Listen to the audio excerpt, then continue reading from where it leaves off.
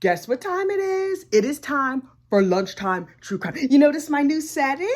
I got a new tripod and I set it up in the great room. And so I was like, I'm gonna sit in front of the fireplace because I need a new place to sit in the house because I was really rather bored and my background was unpredictable. I couldn't take it. Look, we need to get to true crime. It is lunchtime, true crime. You know what you need to do. You need to grab your fork. You need to grab your napkin. You need to grab some earbuds because God only knows what's going to come out of my mouth. I don't know what's going to come out of my mouth. We know you don't know what's going to come out of my mouth. I had this idea, right? So the new Murdoch movie has come out this week from Lifetime and it is trash, but like the best kind of trash, delightful trash. I love it so much. And so got me to thinking, there's a lot of Murdoch documentaries. There's this like truth and fact adjacent version because the Murdoch situation is so layered and complicated. Some people just want it like truncated. Some people just want like the short form. So I decided what I'm going to do is do Murdoch true crime, lunchtime true crime, abbreviated, just the facts. As close to facts as we get here at Gossip Rumor and Innuendo. So it'll be like light on facts, heavy on what really, really happened. Okay, so look, this is what you need to know.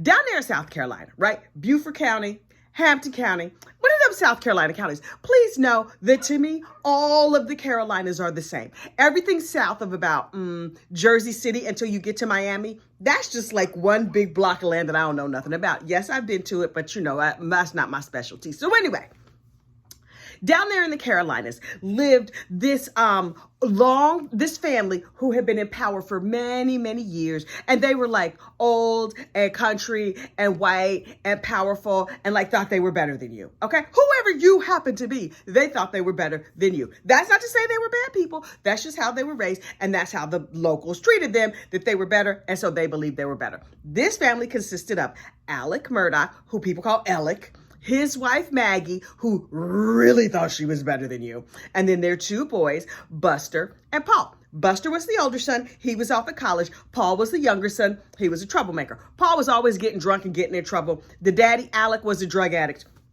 And of course, as drug addicts are wont to do, he was always up to something. He was a lawyer and he was stealing money from the clients, but nobody knew that. Well, some people knew that, but a lot of people participated in covering it up. And Alex was scratching everybody's back. So they were like, well, it's just Alec. That's just Alec being Alec. So everybody was like, okay. And they just let it slide. Then Alec got himself into a pickle. He owed money to everybody. He was running drugs. He was having some marital congress with some women that were not his women. And sometimes he would beat them up. He was a very bad boy. Should I say allegedly? All of this is alleged. So anyway, the son, Paul, the troublemaking son, gets into a boat crash while he's boating drunk and a girl gets killed. And the family of the girl decide to sue the Murdochs. And Alec is like, oh, all of my money is going towards, hookers and blow. So I don't have time to be dealing with this boat crash case. Also, I don't have a lot of ready cash around. So, how can I stop this case from coming to trial? Because if these boat crash people sue me for all my money, then it's going to come out that I've been stealing money, that I don't have all the money everybody thinks I have. So he was like, what am I going to do? Okay, look, this is what I'm going to do. Everybody in this community knows me and they're going to feel sorry for me. If anything terrible happens to me, then they'll be like, oh no, Alec, we feel so terrible. We're just going to put a pause on the lawsuit where we're suing you for the boat crash case. And then that would give him time to like stretch out his situation and figure things out. So his father was on the verge of death and he was like, cool. So once daddy drops dead, then everybody's going to be like, oh, poor Alex. But then things came to a head sooner than he expected. And he kept thinking, okay, plan A is that my daddy randomly drops dead. Okay, that'll be sad. Plan B, I'm going to have to unalive my wife because she complains a lot and she's really sick of me and she talking about leaving. And I cannot have that because, reputation. The people who were like, I'm a Christian. I could not get a divorce. Murder? Well, yeah, possibly, but not a divorce. So he's like, who are the biggest headaches in my life? That wife and that son. Now, in his mind, he was like, they're going to be plan B. I would not immediately think of unaliving them, but as a plan B, it's not a bad plan B. So daddy is getting sick and he's like, okay, this about to work out. And then Miss Jeannie Seckinger, who runs the books at the law firm where Alex works, is like, something hinky is happening. Alex, you need to prove to me that you're not cooking these books. And he was like, dang, my daddy is not dying fast enough. Okay, I might have to go to plan B. So he goes and he invites, his wife was not staying at the house because she was real sick of his mess. So he was like, babe, my dad is sick. Why don't you come on back to the house, to our country house, and bring Paul with you, and we all gonna go see daddy because he's very ill and we know he would like to see you. And the wife was like, I'm sick of you. I might go for a visit, but do I have to? And so she called her sister. Her sister was like, girl, stand by your man. You know we are Southern. You go, you take a casserole. You don't have to like it. You just have to go do it. Child, put a smile on your face and get to moving. So she was like, okay, Paul, come on. We're going to go see daddy. We're going to go see, and then daddy's going to take us to go see grandpa. So they're at the house. They have a nice dinner. Everything is cool. And then they decide to go out and fool with the dogs down at the kennels. And Alex was like, this is really kind of perfect. We already have guns. Let me see. Okay, all I have to do is unalive them. And then if I use 2 guns, then people will think it was 2 different people that did it. And then done and done. And then I'll get sympathy and buy myself some time. Maybe I'll even get some life insurance money. And then I can stretch out my boat case situation and then just give the people a settlement, and that'll be that. So the wife and the son go down to the kennels. Alex drives after them on a golf cart with 2 guns hiding on the golf cart. And boom, boom, shoots and kills the son. Boom, boom, shoots and kills the wife with 2 separate guns. And then he was just like, with the 2 guns, nobody will be smart enough to figure out it was me. Okay. Then he leaves and goes to his mama's house, goes and visits her, and then says to the helper who's helping his mom, because his mom was very sick, oh, goodness. Wow. It's so nice to see you. You and I have spent a lot of time sitting here talking, haven't we? And she's like, you're strange, but okay.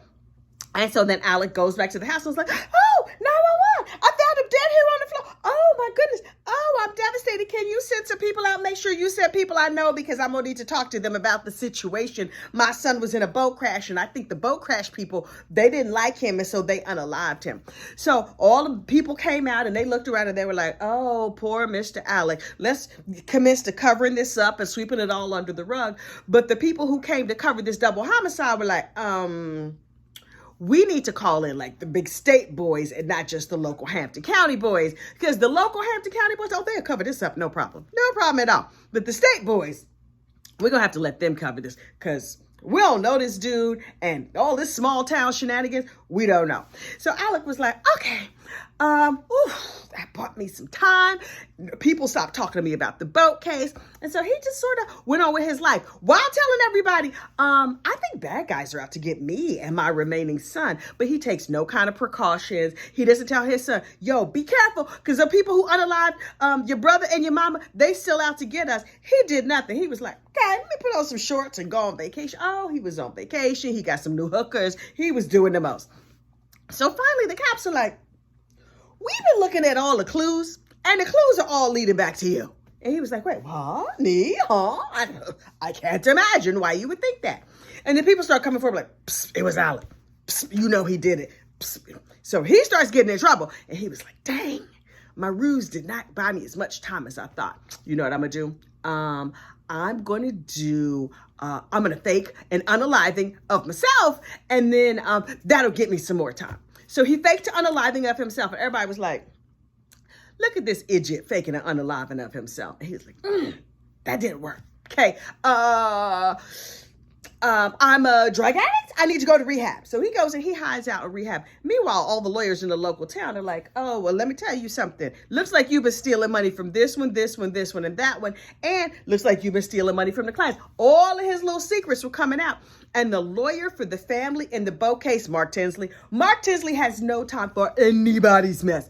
Mark Tinsley was like, sir, he called him Bo, I will chase you to the gates of hell to get justice for that girl that your son killed in the boat crash case. Yes, your son is dead. So are these people's daughter. And you know what they gonna have? Everything.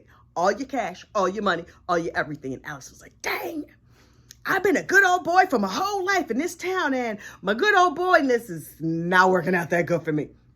So all the lawyers all the people who have been done wrong by Alec start talking to other lawyers like, wait, he did you wrong. He did me wrong too. Wait, my money is missing. Your money is missing. Everybody's money is missing. So everybody in town turns on Alec and they like, oh, not only did he steal our money, obviously he killed his wife. And he was like, me, what?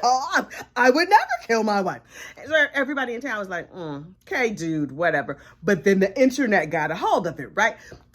Intrepid reporter Mandy Matney down there in the Low Country was on the case from the very beginning. And she was just like putting out little pieces of information. And she is not a part of the Good Old Boys Network. She's not old. She's good. She is not a boy. And she's like, I don't owe none of y'all nothing. Wait, I'm just here reporting the facts. And she's typing things up and filing reports and putting it out there. And people are threatening her and threatening her mental health. And she was like, I'm going to get myself a therapist and a cape because that is what superheroes do. And so she went to her BetterHelp code and she dialed the BetterHelp. And she got herself a good therapist and she kept telling the truth. People started coming forward going, wait, me too, me too, me too. And she uncovered all kinds of corruption down there in the Low Country. And then she was made a town hero. I think they should name a town after her. That has not happened yet. But I'm going to start a petition for that as soon as I'm done making this video. So anyway, Alex gets indicted for murder. But everybody is like, nobody's going to indict a Murdaugh. And so the case was national news thanks to Mandy Matney, the small town superhero who brought everything to light. And all these lawyers got together and everything started moving in the right direction. And the case comes to trial. Well, honey, you know I was perched. I was watching every last moment of it. Who did what? Who said what? And everybody was like, Alex is not going to take the stand. Why would Alex take the stand? And his lawyers, was in the back room like, Alex, dude, please do not take the stand. He's like, nah. I've been shucking and jiving my whole life. I could get these people to let me up. Me? Jail? What are you, crazy? So he gets up on the stand and honey, I was breathless. The entire nation was breathless. No work got done for those couple of days. We were all like, Alex, tell us everything. Lie to us, lie. And here's the thing. Alex Murdoch has a tell. You ask him a question and he'll tell you an answer. Now, him and the truth, they not on first name basis. So they would say, Alex, did you kill your son? And he would say, I did not kill my son. And they said, Alex, did you love your wife? And he said, I loved her so much you can't even imagine. Child, so we didn't have to watch his lips. All we had to do was watch his head. And so for the whole trial, while he got up there and testified, his head would nod the correct answer while his mouth told us lies, because that is what his mouth does. And no matter what he said and no matter what he did, Creighton Waters, the local district attorney, just sliced him to ribbons and I loved it. But then listen, this is still Hampton County. And I was like, listen, these nice small town folk might be like, well, he is one of our own. And did he really kill his wife? Can we really convict him on that? So the jury went out and I was like, ooh, child, I do not know what's going to happen. 2-3 hours later, boom, convicted, done. So everybody was like, yay! And everyone was thrilled and cheering. And then I would like to say that's where this story ends. Oh, no, it's not. Turns out a lot of the lawyers that helped Alec in his financial crimes, they have been brought up on charges. The bankers, the lawyers, everybody going to prison. Everybody who was doing wrong has got found out and they're going to prison. But Alex Murdoch has not stopped yet. Yes, he did the financial crimes. He got LWOPs. That is life without the possibility of parole ×2 for the murder of his wife and son. He's still crying foul. He's still saying it wasn't me. He's still trying to find ways to get out of it. Now he's like, oh, the clerk of court, she fixed the trial and she messed with the jurors so they would convict me. So far, there's not a lot of evidence on that, but he just running his mouth. He's like, those financial crimes that I admitted to doing, maybe I didn't do them like I thought I did. Maybe I accidentally committed bank fraud, unclear. So he wants to go to federal prison because apparently federal prison is nicer. Is there a nice version of prison? Listen, nice, not nice, I don't want to go. Prison Yelp reviews are horrible and I am not trying to go. So Alex is going to spend the rest of his life in prison, no matter where it is, whether it's in the state, whether it's federal, he going to be behind bars forever. And frankly, I think he'll thrive. He's with his people. All he does is move and groove and manipulate and whatever. Child, I'm not worried about Alex. You should not be worried about Alex either. Justice was served. Now, has Alex Murdoch stopped trying to get out of jail? No. He's probably like chipping away a hole in his prison cell right now, very Shawshank Redemption style. Will he get free? Unlikely, but who knows? So the Murdoch story will continue to unfold, and I will let you know when there's updates. But for now, that's the entire Murdoch saga. Just the facts. Mostly.